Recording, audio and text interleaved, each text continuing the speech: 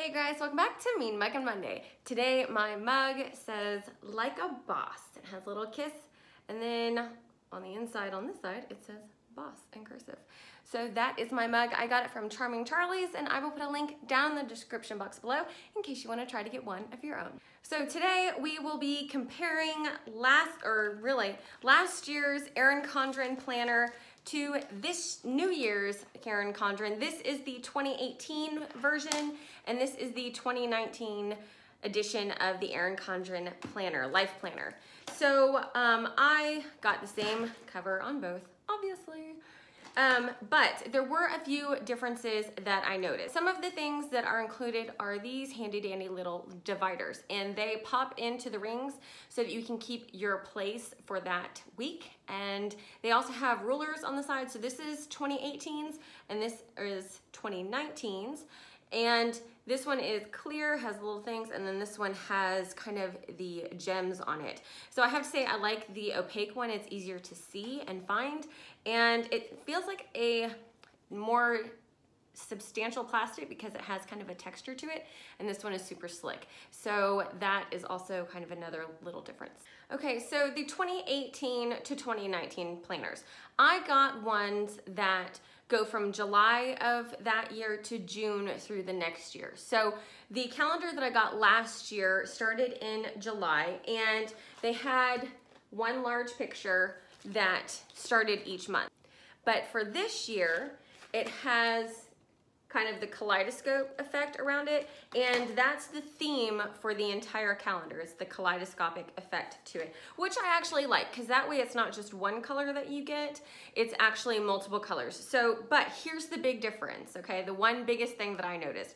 Now, I mentioned this in my video from last year when I compared my Happy Planner to the Erin Condren, so check up there and I'll put the link. But one big change is that when you turn the tab, you used to get the monthly calendar. So you can see, here it is, there's the tab, and there's your calendar, okay? For this year, here's the tab, you turn the page, and it is like a monthly summary page, okay? So you have monthly goals, birthdays, kind of a note section, and some dotted area. Now, I know that this will come in handy if you like to bullet journal and stuff like that. For me, it's super obnoxious because I have to turn the page again to finally get to the month, which is very strange. So if you're kind of the, flip the tab and go straight to the month, it won't go straight to the month. It'll go to your goals and birthdays, and then you have to turn the page. See, and they get stuck together. And you have to turn the page once to get to the actual month view. So that is one huge change from last year to this year. One other small change that they made is that on the notes section on the page, it used to be the same white color, and then below it they had the next month's mini calendar. However, this year, they changed it so that the month's color is in the notes section and there is no mini calendar at the bottom. So that's kind of a little strange. I'd like to have that mini calendar back just to kind of be able to gauge where dates are for the next month. They had the moon phases last year where you can see the moon phases on the calendar, and this year they don't include that. So that is kind of one thing I wish they included. I know that for some people it probably took up some of the space in the squares, so you weren't able to write as much, but I really appreciated having those on there. So those are missing this year. No moon phases anymore. So then, of course, because they changed that note section, they followed along with that in the rest of the weekly view, and I get the hourly view. So this is last year's. You can see that there's just the hourly, and then at the bottom there's like two little mini lines, and that was for any other notes that you needed to add for the day. However, for this year, they changed up the spacing a little bit to give you a little more space for some notes, and then also put the colors at the bottom so that it kind of makes it stand out more, because I was always highlighting anything I put down there just to let myself know that it wasn't an evening event. Also last year, there was kind of this little square at the top. I'm not quite sure what that was for. If you know what that was for, let me know down in the comments. But this year, That's not there. It's all just for notes on the side, and they only have a mini calendar for the current month, not for the next one at the bottom of the page. The cover quality is the same. It's really nice quality, very well laminated. Nothing will destroy that cover. The coils are nicely done. They're the same from last year. I just got the standard platinum, I think it is. It's the silver coil.